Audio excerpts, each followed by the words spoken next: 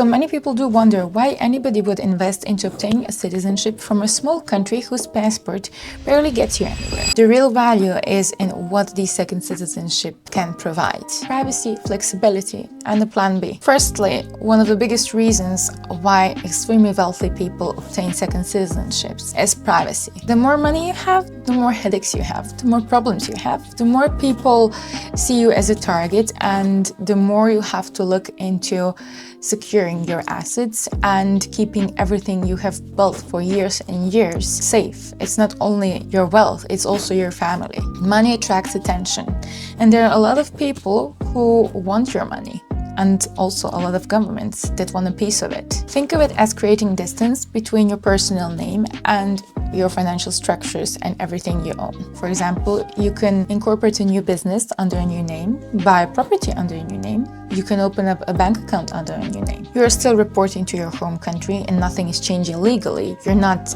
hiding something or evading something. You're just adding an additional layer of protection. In many places, doing business, starting a business, opening up a bank account is more advantageous with a different passport from the one you initially hold. It does affect how you are perceived. For example, there are cases of investors obtaining the Sierra Leone citizenship in order to do business as an African if they have interest in doing business in that region and that continent. It does affect the perception, and it might give them an advantage in business conduct. While some passports have great mobility, some of the weaker ones have different advantages and might give you access to a specific area or a specific banking product or specific business opportunities, which you would not be able to access with your initial citizenship and passport. Also, in relation to the perception, even if you hold some really good citizenship and passport initially, and if you want to access certain markets, business products, or projects, holding a different citizenship that has a better reputation in that certain market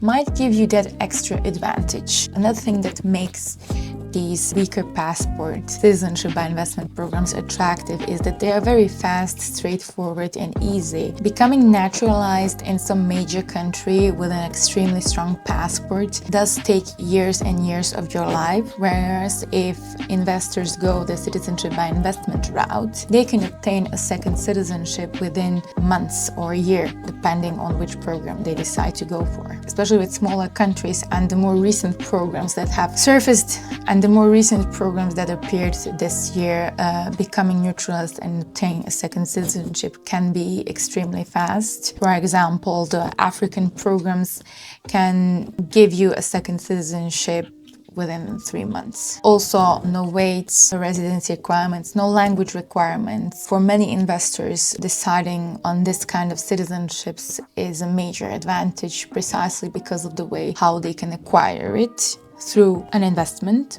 but it is very flexible in terms of their time. And then there are also investors who initially have an extremely weak passport, which makes travel almost impossible.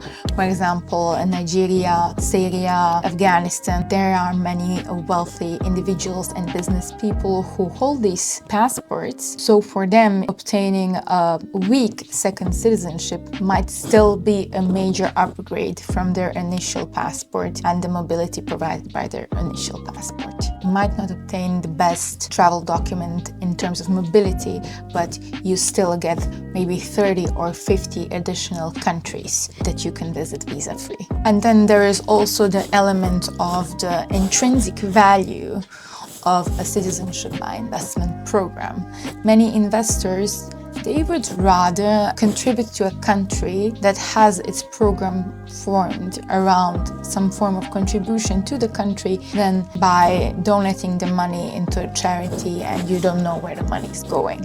So many of these citizenship-by-investment programs are designed in order to contribute to the well-being of a country, especially if this money is going into some kind of schools, infrastructure, a project that is of tremendous benefit to the nation, some environmental project. Then investing in such a program can be even a better option than investing into a charity, because you are not only contributing to a good cause, but you're also becoming the citizen of the nation that you're contributing to. And this is also a legacy for yourself. This is also something of a long-term value and a legacy. You're leaving an impact into your own new country, and you're leaving something for your children, both a better country and a new citizenship. So while passports of these little citizenship by investment countries look weak on paper and in terms of mobility, the great strength and value is in what they actually deliver.